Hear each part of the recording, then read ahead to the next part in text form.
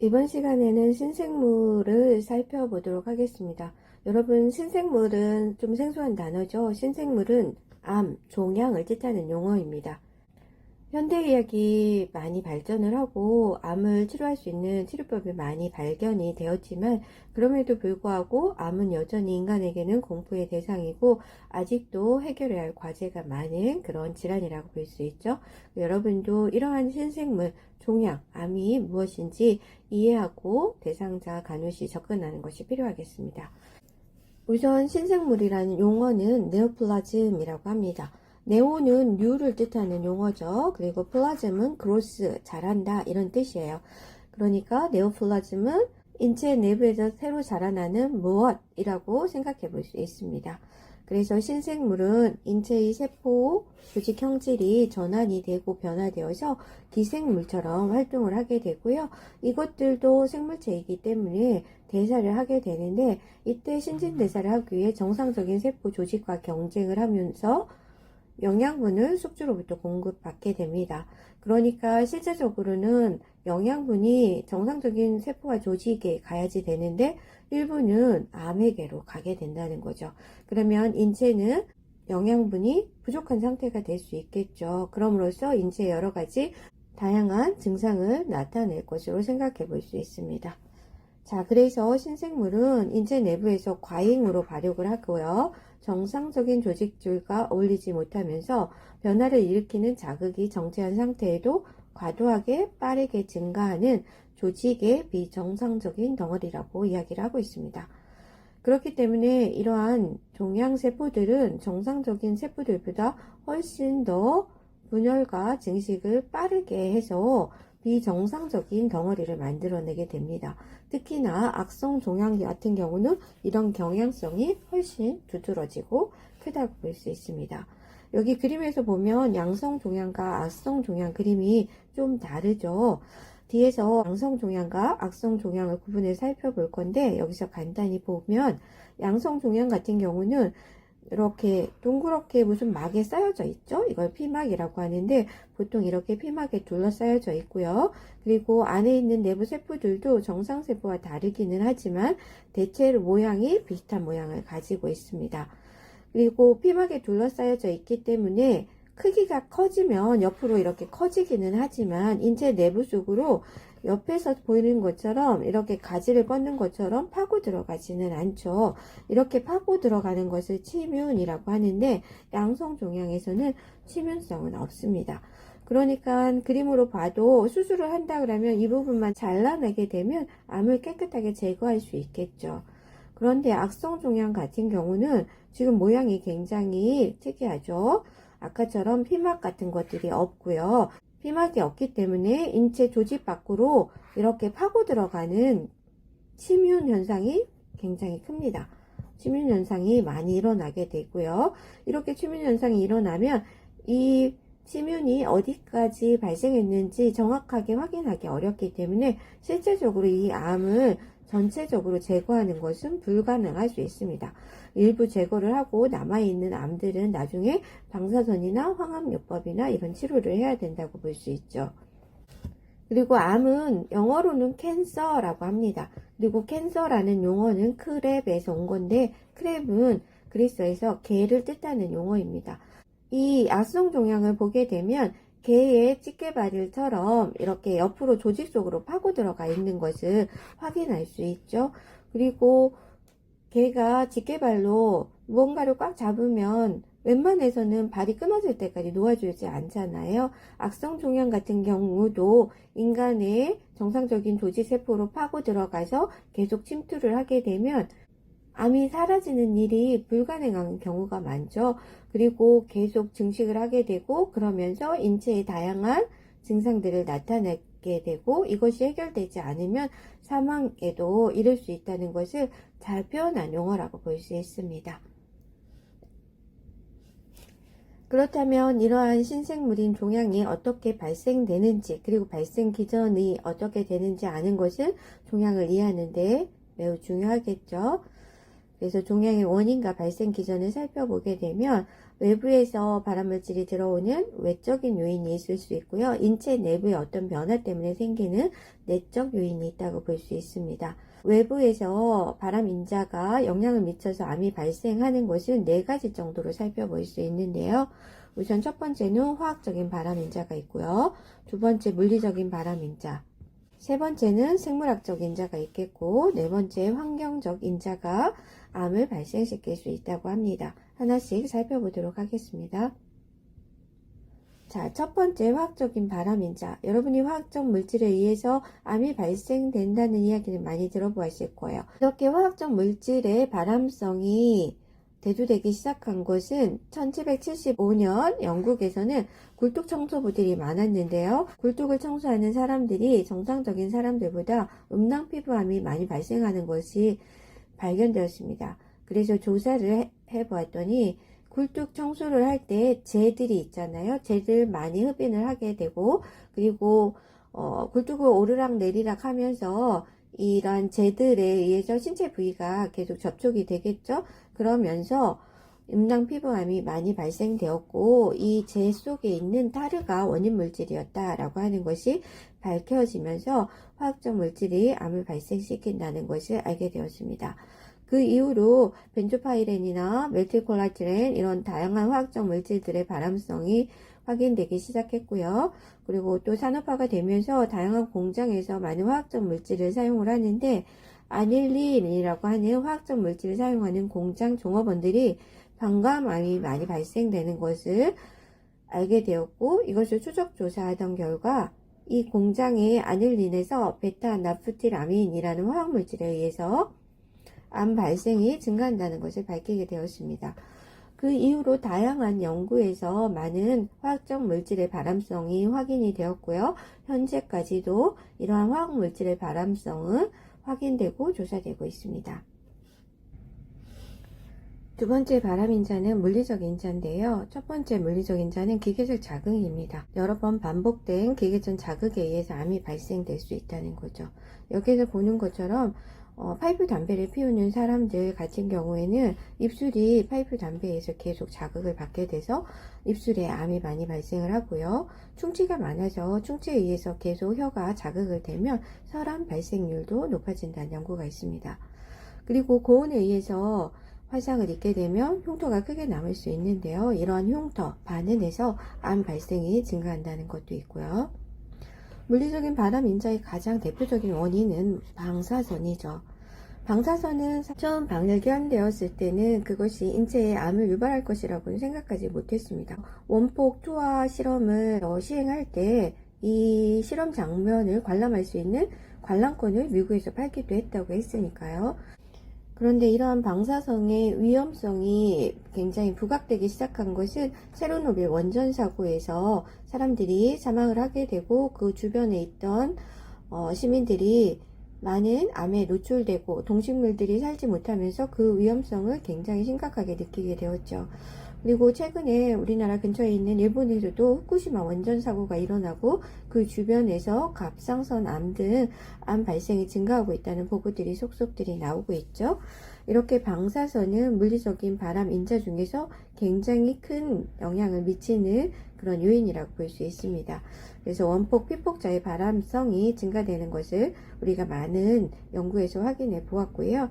이런 경우가 아니더라도 우리 의료기관 내에서는 치료를 위해서 방사선을 사용하는 경우가 굉장히 많거든요. 특히 여러분이 일반적으로 촬영하는 엑스레이도 방사선이잖아요.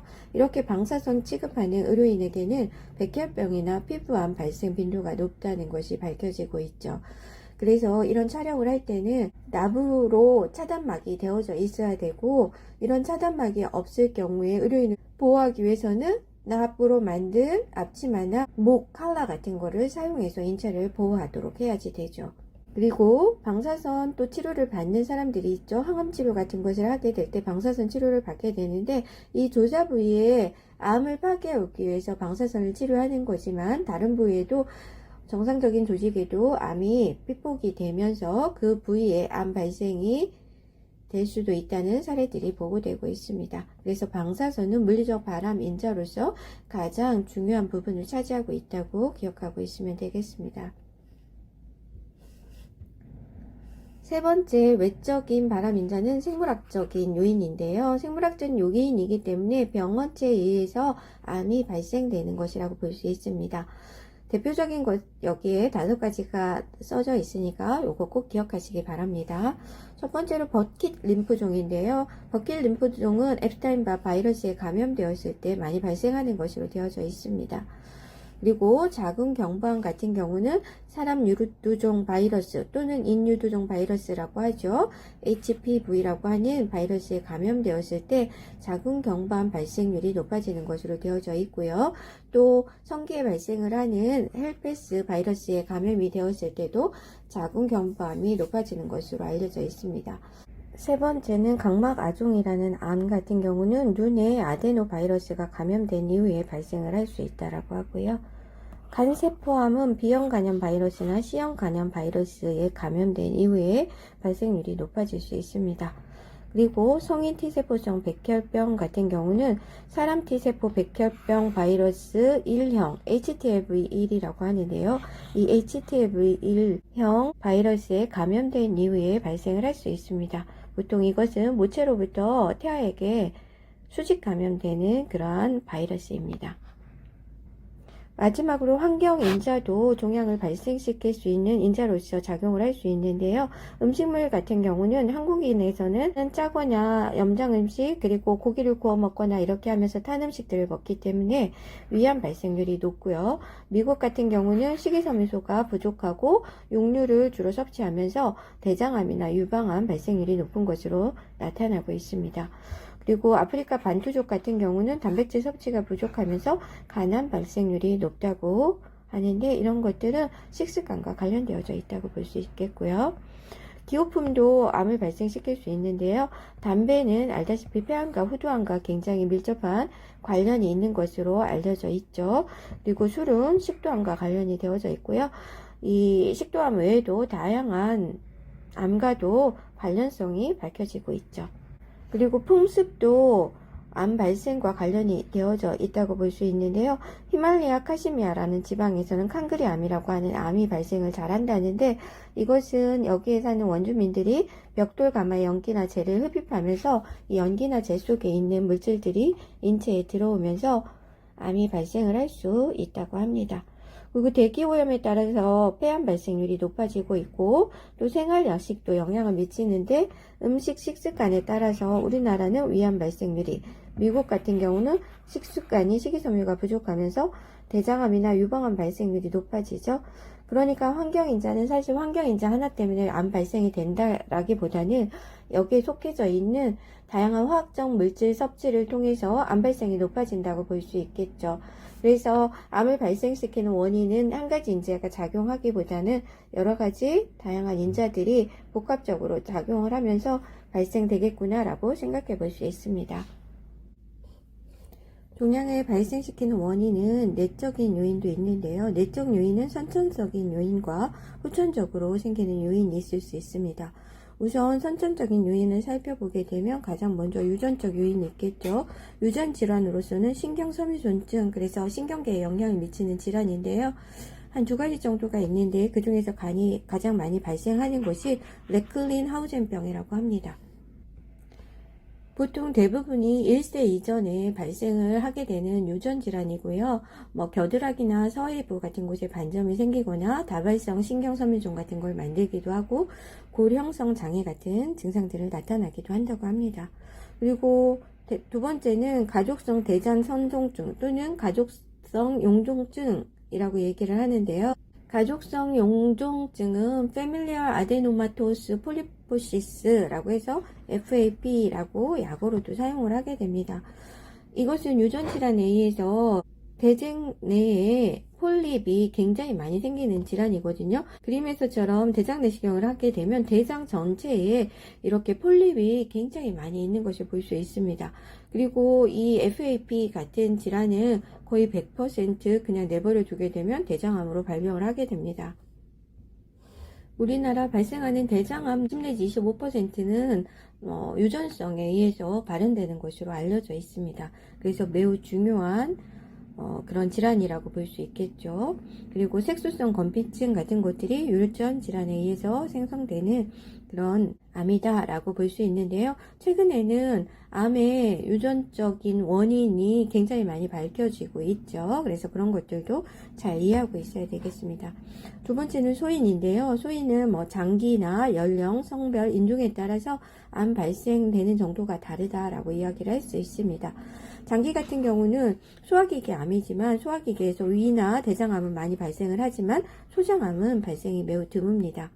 그리고 근육으로 만들어진 장기 중에서 자궁은 자궁 근종이라고 하는 암이 많이 발생을 하지만 심장도 근육인데 심장에는 암 발생이 매우 급히 드물게 일어납니다.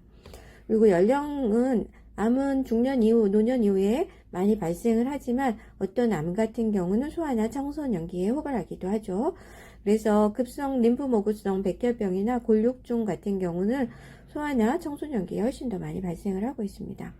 성별에 따라서 호발하는 암도 다른데요. 갑상선 암 같은 것은 여성에서 훨씬 더 많이 호발을 하고 있습니다. 인종에 따라서도 우리나라 같은 경우는 소화기 암이 많고요. 서구 같은 경우는 폐암이나 유방암 같은 것들이 훨씬 더 많이 발생을 한다고 하는데 이런 것들은 환경이나 식습관, 생활습관과도 관련이 있다고 볼 수 있습니다. 그리고 내적 요인 중에서 후천성 내적 요인을 보게 되면 내분비 이상에 의해서 암이 발생을 할 수도 있습니다. 자궁암 같은 경우는 폐경 전후에 여성에서 훨씬 더 많이 발생을 하게 되고요.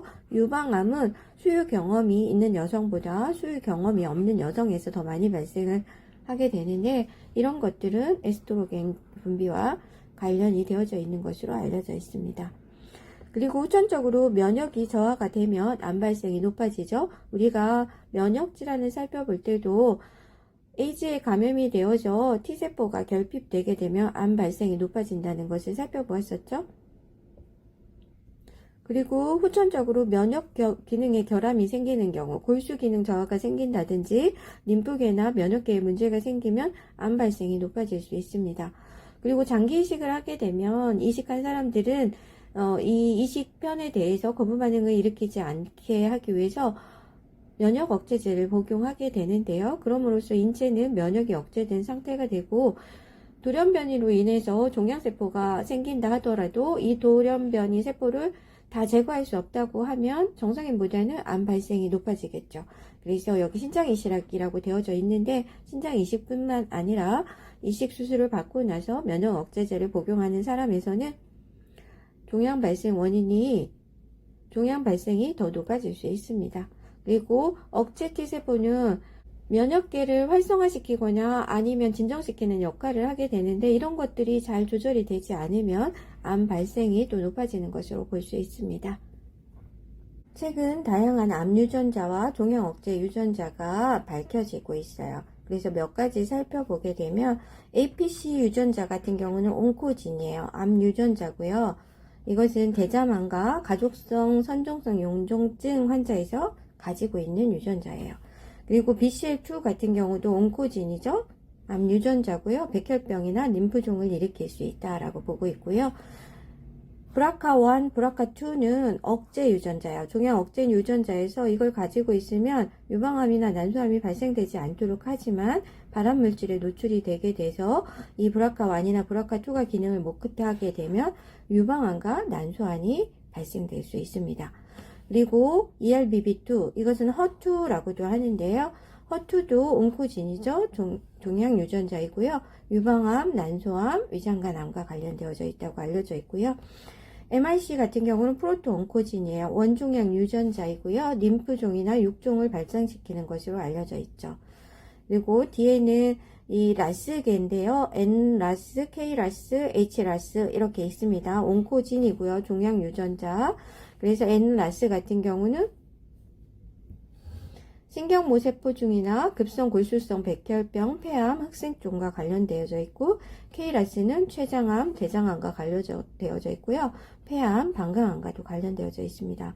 HRAS는 방광암, 두경부 편평세포암과 관련되어져 있는 것으로 알려져 있습니다. 그리고 RB1은 망막아 세포중 방광암, 폐암과 관련되어져 있고요. TP53이라고 하는 것은 억제 유전자죠. 종양 억제 유전자인데 유방암, 대장암 이런 것들과 관련되어져 있습니다. 그 외에도 난소암, 방광암, 두경부 편평세포암 이런 것들하고 관련되어져 있다고 볼 수 있습니다. 등과 관련성이 밝혀졌습니다. 몇 년 전에 안젤리나 졸리가 유방암 절제술을 받았다는 이야기를 들어본 적이 있을 거예요. 안젤리나 졸리의 어머니, 이모들이 모두 유방암에 걸렸고요. 유전자 검사를 한 결과 안젤리나 졸리도 BRCA1과 BRCA2라고 하는 유방암과 난소암을 발생시키는 종양 억제 유전자를 가지고 있다고 하는 것을 알게 되었죠. 종양 억제 유전자는 정상적인 세포에 있는 것이고 실제적으로는 암은 지금 발생을 하지 않는 거죠. 그렇지만 어떤 상황에서 암 발생을 시킬 수 있는 그런 위험인자에 노출이 되었을 때는 이 BRCA1이나 BRCA2가 기능을 못하면서 유방암과 난소암을 발생시킬 수 있는 거죠. 그리고 이 BRCA1이나 BRCA2의 돌연변이가 발생이 되게 되면 유방암 발생률이 한 60, 70세가 넘어가면 거의 80%라고 하니까 이 유전자를 가지고 있으면 나이가 들어갈수록 암이 발생할 위험성이 높다라고 생각하는 거죠. 그래서 안젤리나 졸리 같은 경우는 이런 위험을 감수하고 싶지 않다. 나는 그래서 이 BRCA1, 2가 암을 발생시키는 유방과 난소를 절제하겠다라고 하고 미리 절제를 한 거라고 볼 수 있습니다. 그래서 최근에는 유방암뿐만 아니라 대장암도 굉장히 많은 부분에서 유전과 관련되어져 있는 것이 밝혀지고 있습니다. 그렇지만 이러한 암 유전자를 갖고 있거나 종양 억제 유전자를 갖고 있다고 해서 암이 발생하는 것은 아니죠. 이런 유전자를 갖고 있는 사람들에게 어떤 암을 발생시킬 수 있는 외적인 요인들이 가미되어져 있을 때 그것이 이 유전자들에게 돌연변이를 일으키게 되고 암 유전자를 활성화시키거나 아니면 종양 억제 유전자를 불활성화시켜서 암이 발생된다고 생각하면 되겠습니다. 자, 그래서 몇 가지 종양의 원인과 발생 기전을 살펴보게 되면 암을 유발하는 위험 인자로서 첫 번째 유전 인자 같은 경우는 유방암, 가족력과 관련되어져 있다고 그랬죠. BRCA1, 2라고 했어요. 이런 것들은 상식적이기는 하지만 기억하면 좋겠죠. 그리고 망막모세포증 같은 경우도 유전 내에 생기고요. 백혈병 같은 건 염색체 이상이 생기면서 발생을 할 수 있습니다. 바이러스에 감염되었을 때도 생길 수 있다고 얘기했죠. 간염 바이러스라고 얘기했고, 자궁 모감, 자궁 경부암이죠. 인유종종 바이러스 또는 제2형 단순포진 바이러스나 첨형 콘딜로마 같은 것들이죠. 그리고 카포시 6종 같은 경우는 HIV 감염에 의해서 발생할 수 있다고 얘기했고요. 방사선 같은 경우는 자외선이나 X선, 감마선 이런 방사성 화학물질에 노출되었을 때 세포의 염색체 이상을 가지고 오게 되고 돌연변이를 일으켜서 암을 발생시킵니다. 그래서 피부암 같은 경우는 태양광, 자외선에 노출됐을 때 많이 발생을 되고요. 백혈병은 방사선에 노출되어졌을 때 잘 생깁니다. 그리고 화학적 물질 다양한 것들이 있다고 우리가 앞에서 살펴보았죠. 천연물질, 합성물질 모두 과도하게 노출되며 위험할 수 있다고 보고 있고요. 그리고 바람 인자의 영향은 노출 기간과 정도에 따라서 달라지는데 노출 기간이 길거나 노출 농도가 높거나 이러면 암이 발생할 위험성이 훨씬 높아진다. 이렇게 생각해 볼 수 있겠죠. 성면이나 니켈은 폐암을 발생을 한다고 하고 방송에서도 많이 나와서 여러분이 알고 있을 거예요. 그리고 백혈병 같은 경우서는 용제 중에서 벤젠 같은 것에 노출이 많이 되어져 있을 때 공장이나 이런 데서 많이 사용을 하잖아요. 이런 경우 백혈병 발생 위험이 높아지고요. 방광암은 앞에서도 살펴보았다시 아닐린 같은 염료나 고무를 사용할 때 많이 발생하는 것으로 되어져 있습니다. 생물학적 인자 같은 경우는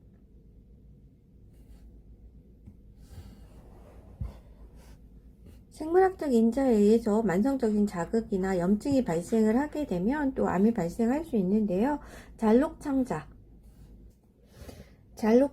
결장이죠. 결장에 궤양성 대장염이 많이 생기는 것은 이곳에 있는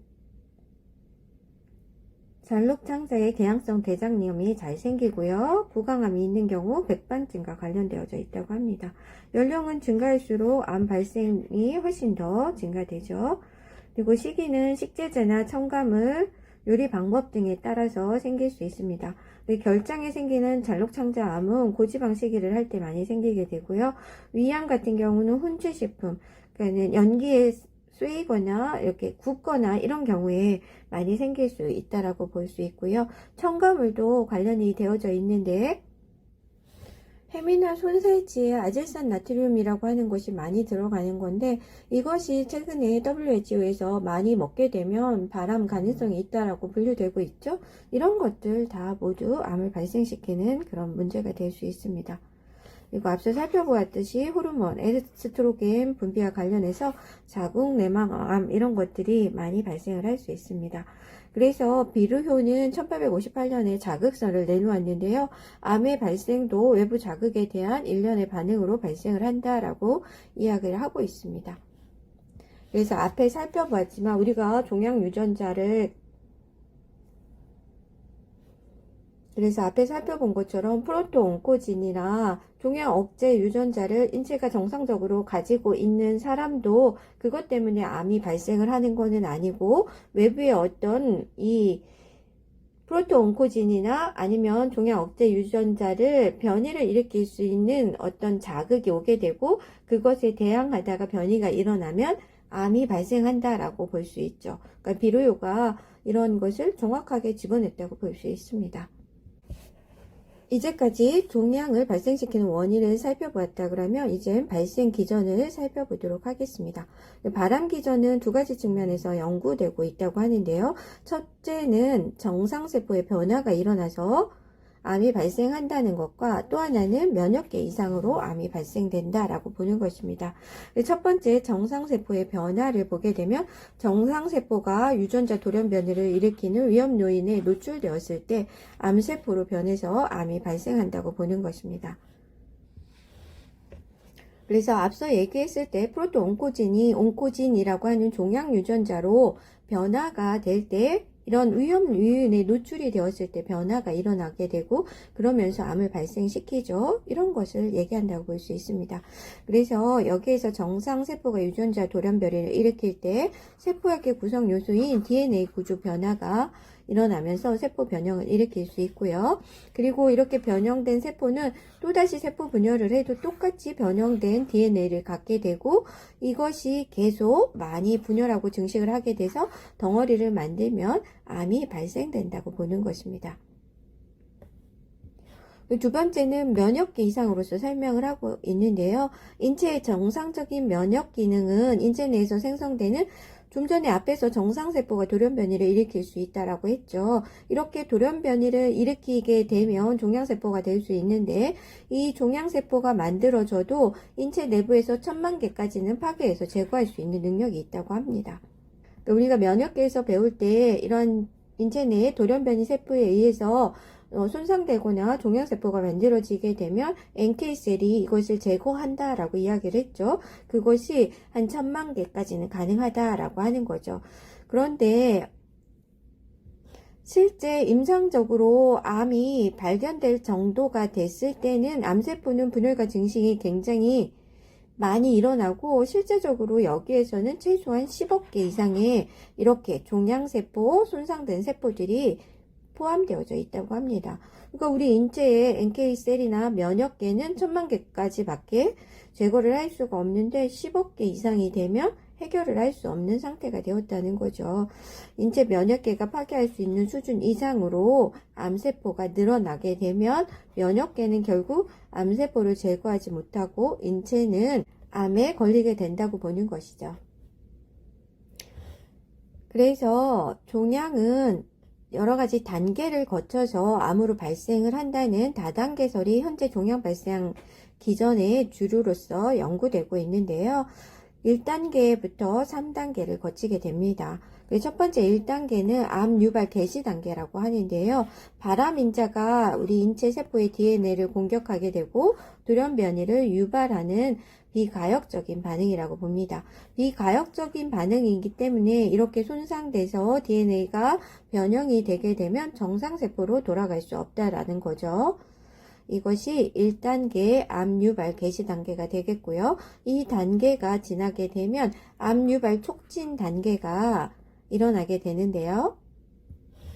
인체는 암 유발 개시 단계만으로는 암이 발생하지 않습니다. 그러니까 발암인자에 의해서 세포 DNA가 변형이 되어서 세포 하나가 암세포로 되었다고 해서 얘가 계속 분열과 증식을 할 수 있다는 건 아니죠. 그리고 종양 억제 유전자 같은 것들이 이것들이 계속 분열과 증식을 하지 못하게 할 수 있겠죠. 그리고 NK셀이 제거도 할 수 있겠죠. 그렇기 때문에 1단계 마른으로 암이 발생하지 않습니다. 암을 발생시킬 수 있도록 하는 발생을 촉진하고 유지할 수 있는 단계가 필요하게 되는 것이죠. 그래서 바람인자를 도와서 암 발생을 촉진하는 종양 촉진제가 이때 작용을 하게 되면 양성 종양을 유발한다고 봅니다. 그리고 이 단계는 초기이기 때문에 가역적인 반응이에요. 그래서 촉진 인자에 의해서 양성 종양을 유발하더라도 이것을 원래대로 돌이킬 수 있는 상황이다 라고 볼 수 있습니다. 그런데 이것이 더 진행이 되면 암 진행 단계인 3단계로 가게 되죠. 그래서 양성 종양은 악성 종양으로 전환을 하게 되고요. 그리고 악성 종양의 특성이 더 많이 증대되면서 침윤도 하게 되고 전이도 일으키는 그런 상태로 간다는 것입니다. 대장암 발생되는 과정을 다단계설로 살펴보면 훨씬 더 이해가 쉽습니다. 한번 살펴볼게요. 대장 세포 모식도와 대장 내시경을 비교하면서 한번 확인해 볼게요. 우선 대장 세포가 정상적인 세포는 이런 모양을 가지고 있다라고 하면 내시경 검사에서도 정상적으로 이렇게 보이게 되겠죠. 그리고 이 사람이 유전자로 APC 유전자와 KRAS 유전자를 가지고 있어요. 이거는 종양 유전자예요. 온코진이죠. 그리고 DCC 진과 P53이란 유전자를 갖고 있는데 이것은 종양 억제 유전자예요. 정상적으로 종양을 억제하는 기능을 가지고 있다라고 볼 수 있습니다. 그래서 이러한 정상적인 대장세포가 분열을 하는 과정 중에서 이 APC 진이 뮤테이션, 돌연 변이가 일어나게 되면 하이퍼프로리퍼레이션, 과잉 증식이 일어나는 거죠. 그러면 모식도에서 보다시피 원래 이런 모양으로 만들어져야 되는데 세포 분열과 증식이 많이 일어나면서 굉장히 모양이 커지게 되죠. 내시경으로 보게 되면 이것은 선종처럼 보이게 됩니다. 얼리 아데노마라고 하죠. 그러니까 초기 선종 또는 대장 용종 이런 형태로 보이게 되는 것이죠. 이렇게 세포가 과잉 증식해서 만들어졌을 때 이 정도 만들어진 것은 저도 이형성이라고 그래요. 이형성 변화가 있는데 그렇게 많이 일어나지는 않은 상태다 이렇게 볼 수 있습니다. 그리고 실제적으로 이렇게 APC 진이 만들어져 있다고 1단계 암 개시 단계가 형성이 된 거죠. 그런데 이 사람 유전자 중에서는 DCC나 아니면 P53이라고 하는 종양 억제 유전자가 있기 때문에 이것들이 더 많이 발생되는 것을 억제할 수 있습니다. 그런데 이 상태가 치료되지 않고 지속이 되고 있다라고 하면 그 다음에는 이제 KRAS라고 하는 종양 유전자 돌연 변이가 일어나게 되고요. 중등도의 선종, 용종이 만들어지게 됩니다. 그래서 초기에 용종이 만들어진 한 3 내지 10년이 지나게 되면 용종이 좀 더 커지고 좀 변형이 되게 되겠죠. 이 상태를 고도 이형성이라고 합니다. 이 형성 정도가 좀 더 심화된 상태라고 볼 수 있는 것이죠. 그리고 이 상태에서 또 치료가 되지 않게 되면 이제는 종양 억제 유전자인 DCC 진의 돌연 변이가 일어나고 기능을 못하게 됩니다. 그러면 종양 유전자들이 더 증식과 분열을 하면서 선종이 굉장히 커지겠죠. 그러면 후기에 레이트 아데노마죠. 선종이 굉장히 커지는 상태로 변형이 될 수 있고요. 이 상태가 진행이 되면 결국에는 P53이라고 하는 대장의 종양 억제 유전자도 돌연 변이를 일으키게 되고 세포는 굉장히 이형성 정도가 심하고 증식과 분열을 통해서 굉장히 크고 빠르게 증가를 하게 되겠죠. 이상한 모양으로 변형이 되었죠. 내시경을 보게 되면 이런 식으로 보여지게 되죠. 초기 대장암 상태가 되는 것입니다. 더 진행을 하게 되면 이제 암은 이 대장의 표피 위로만 증식을 하는 것이 아니라 침유를 하게 되고 혈행을 통해서 다른 곳으로 이동을 하는 전이 상태가 된다고 볼 수 있습니다. 자, 이렇게 다단계설에 의해서 암 발생 과정을 이해하니 좀 더 이해가 쉽죠?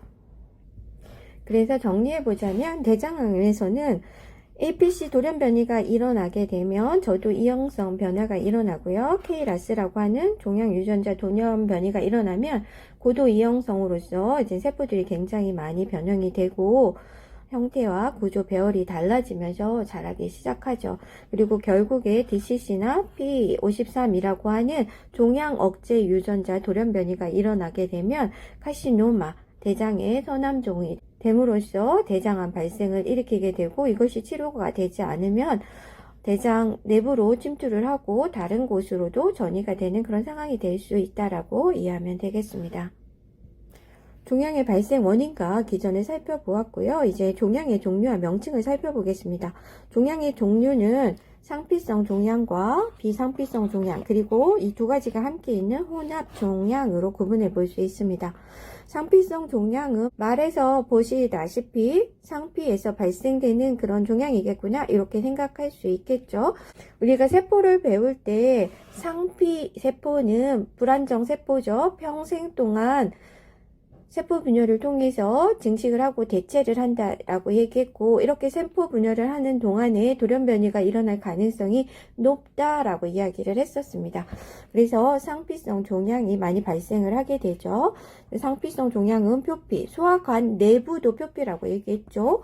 요로의 점막도 요로 안쪽에서 보면 표피라고 했죠. 그래서 이런 곳이고요. 선 조직이나 또는 실제 장기에 상피 조직에서 발생을 한다라고 이야기를 했어요. 이러한 조직들은 불안정 세포로 구성이 되어져 있기 때문에 여기는 계속 세포 분열이 일어나고 돌연변이가 일어나기 쉽겠죠. 그렇기 때문에 대부분의 암의 90%는 상피성 종양입니다. 그리고 악성 상피성 종양을 카시노마, 암종 이렇게 부릅니다. 이런 용어들도 구분해서 알아야지 돼요. 그래서 대표적인 상피성 종양을 보게 되면 구강암, 식도암, 대장암, 위암, 폐암, 췌장암, 유방암 이런 것들인데요. 여러분이 잘 알고 있는 암들이죠. 그런데 실제적으로 이런 거는 장기 이름으로 부르는 것이지만 실제 조직학적으로 보면 상피성 암이라고 볼 수 있습니다. 비상피성 암은 상피세포에서 생기지 않은 암이겠죠. 그래서 보통은 결합조직이나 지방, 근육, 신경조직 등에서 생기는 암을 비상피성 조직이라고 이야기를 하는데요. 이런 곳은 평생토록 세포 분열을 그냥 하지는 않잖아요. 자극이 있을 때 하거나 손상이 되었을 때 세포 분열과 증식을 통해서 그 부분을 수복하게 되겠죠. 그렇기 때문에 상피성 종양보다는 암 발생이 적겠구나. 왜냐하면 돌연변이라고 하는 것은 세포 분열 과정 중에서 발생할 가능성이 높기 때문에 그렇다라고 이해하면 되겠습니다. 그리고 비상피성 종양 중에서 악성인 종양을 우리는 육종 sarcoma라고 이야기를 합니다. 그래서 대표적인 게 골육종, 영굴육종, 지방육종, 근육종 이런 것들이 있는데요. 골육종 같은 경우는 오스테오살코마라고 하죠. 그래서 오스테오살코마라고 하면 뼈에서 발생한 그런 비상피성 악성 종양이구나 이렇게 생각할 수 있습니다. 혼합 종양은 상피성, 비상피성 종양인 두 종류 이상의 조직 성분이 합쳐져서 만들어지게 되면 비상피성 종양이라고 이야기를 합니다. 종양을 구분을 살펴보게 되면 종양은 양성 종양과 악성 종양으로 구분해 볼 수 있겠고요. 그래서 캔서나 카시노마인 암은 상피성 악성 종양을 이르는 말이고요. 육종인 사르코마는 비상피성 악성 종양을 이르는 용어라고 하는 것도 꼭 기억하고 있어야 되겠습니다. 그래서 상피성 종양은 위암, 폐암, 대장암, 간암 등이지만 이것이 장기 이름을 붙인 것이지만 실제적으로 조직학적으로 보면 상피세포에서 발생한 암이다 라고 알 수 있겠고요. 육종은 골육종, 섬유육종, 평활근육종 이런 것들이 있는데 이것은 조직학적으로 보면 결합조직이나 근육, 지방세포 이런 비상피성 조직에서 발생된 암이라고 보시면 되겠습니다. 앞에서도 잠깐 살펴보았지만 양성 종양 같은 경우는 이렇게 피막에 둘러싸여져 있고서 조직으로 침윤을 잘 하지 않고요. 정상적인 세포와 암세포의 경계가 매우 뚜렷합니다. 그래서 암을 제거하기가 용이하고요. 악성 종양 같은 경우는 주변 조직으로 침입이 되고 이렇게 종양세포가 떨어져 나갈 수 있기 때문에 암을 제거하기가 매우 힘들죠. 그리고 이렇게 떨어져 나간 암은 혈관이나 림프관을 침입해서 다른 곳으로 이동해서 전이 될 수도 있습니다. 또 종양의 형태를 육안적으로 살펴볼 수도 있는데요. 종양을 떼면서 검사를 하면서 확인해 볼 수 있겠죠. 그래서 육안적으로 형태를 살펴보면 발생 부위나 종양이 차지하는 범위, 크기라고 볼 수 있죠. 그리고 증식된 정도, 주위 조직과의 경계, 관계 등에 따라서 다르게 표현되어질 수 있습니다. 그래서 표면에서 발생하는 종양 같은 경우는 결절, 조그만 덩어리 같은 걸 얘기하는 거죠. 비후, 뚱뚱해지거나 아니면 표층 아래 경결로 형성이죠. 만들어지거나 또는 외피나 내관을 향해서 도출할 수도 있습니다. 지금 이런 것처럼 보이는 거죠. 그래서 이렇게 표면에 만들어진 거는 결절처럼 보여지거나 이것이 이렇게 크면서 뚱뚱해지고, 그리고 이 밑에 부분에도 경결, 딱딱하게 만져질 수 있다는 거죠. 그리고 외피 부분이나 내관을 통해서 돌출하거나 자랄 수 있다는 거죠. 그리고 이렇게 표면보다 돌출한 형태, 이거를 용종상 이라고 얘기를 하거든요. 폴리포이드라고 얘기하고, 이런 모양을 용종 이렇게 얘기하죠. 그리고 또 유두상, 파필로이드라고 합니다. 파필로이드, 유두라고 하는 건 젖꼭지 모양이란 뜻이죠. 그런 식으로 보여질 수 있다라고 하는 거고, 모양이 버섯처럼 생겼으면 버섯상이다 이렇게 얘기할 수 있는 거죠. 그리고 표재성 악성 종양인 경우에는 이 종양 부위가 손상이 되어서 궤양을 일으킬 수 있어요. 이것은 이제 위암이나 대장암, 피부암 같은 경우 표피가 탈락되고 괴사되어서 2차적으로 궤양을 형성하는데, 요거 이렇게 얼서레이티브라고 하죠. 이렇게 궤양이 형성되어져 있을 경우에는 악성 종양의 가능성이 높다라고 볼 수 있는 거죠. 그리고 인체의 깊은 곳에 있는 조직, 간, 신장 같은 실질성 장기의 종양 같은 경우는 국한성으로 자라는 경우가 많다는 거야. 국한성으로 결절이나 덩어리를 만드는 경우가 많다라고 볼 수 있고요. 특히나 이렇게 결절형 같은 경우는 피막이 있어요. 피막이 있으면 우리가 앞에 살펴보았지만 양성 종양의 형태를 갖는 거죠. 그래서 주위 조직하고 명확하게 구분되고요. 그래서 나중에 절제하기도 쉽죠. 그 피막 바깥으로 떼내면 되니까요. 근데 피막이 없으면 주위 조직으로 침윤이 일어나기 쉽고 악성 종양으로 진행하기가 쉽다라고 볼 수 있습니다. 그리고 종양의 색깔을 보게 되면 이 종양을 일으킨 원래 세포죠. 이 모세포와 비슷한 색깔을 나타나게 된다라고 보면 되겠습니다. 그리고 일반적으로 종양은 백색을 나타나는 경향이 있다라고 하는 거고요. 그렇지만 종양에 따라서 색깔이 나타날 수 있는데요. 흑색종, 피부에 있는 멜라노마 같은 거는 멜라닌 세포가 변이가 되면서 종양을 일으킨 건데요. 멜라닌 세포 때문에 흑색을 띠게 되고요. 녹색종 같은 경우는 녹색을 띠게 됩니다. 지방종은 지방세포가 노란색을 띠고 있기 때문에 황색으로 보여지고요. 혈관종 같은 경우는 적혈구가 많이 포함되어져 있겠죠. 그래서 적색으로 보여집니다. 그리고 암 부위에 출혈이나 괴사가 심하게 되면 황갈색으로 변할 수가 있다고 하는 거고요. 종양의 경도, 딱딱한 정도죠.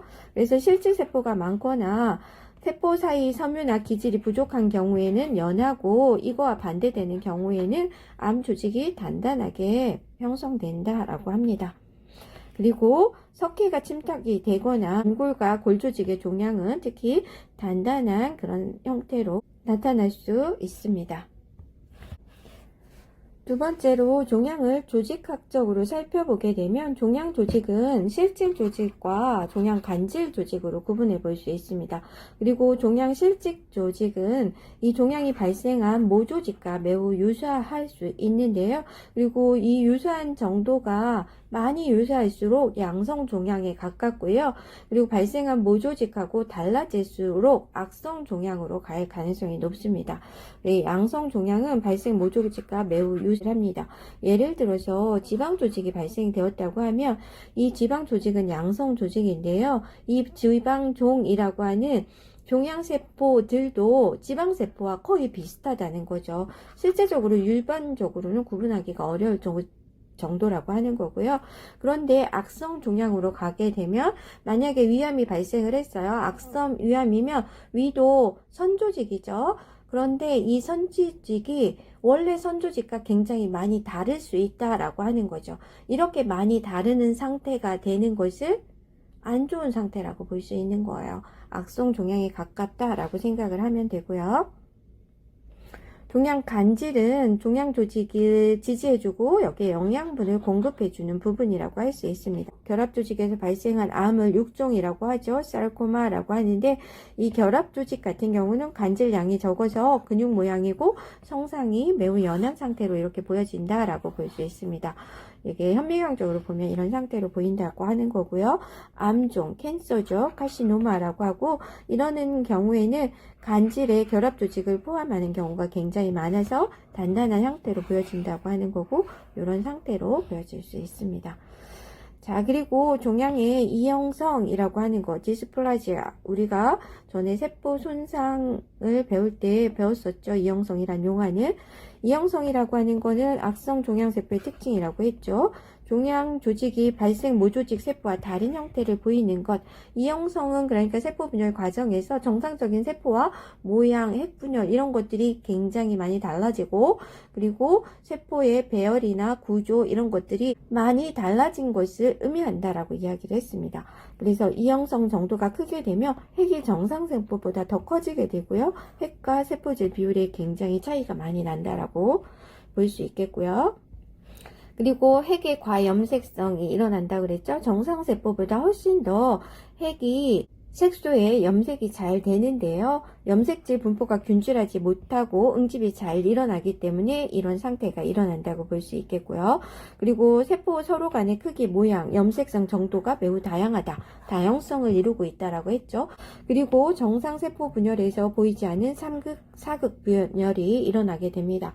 정상세포에서는 세포 하나가 분열하게 되면 2개로 일어나는 2극 분열이 일어나는데 여기에서는 하나의 세포에서 3개, 4개가 만들어지는 이런 3극, 4극 분열이 많이 관찰된다고 볼 수 있습니다. 자, 이렇게 오늘은 신생물이 발생하는 원인이 무엇인지 그리고 발생 기전은 무엇이고 발생하게 되면 종양은 어떤 형태를 갖는지 이런 것들을 살펴보았습니다. 다음 동영상에서는 이러한 신생물 종양이 인체에 미치는 영향을 살펴보도록 하겠습니다. 수고 많았습니다.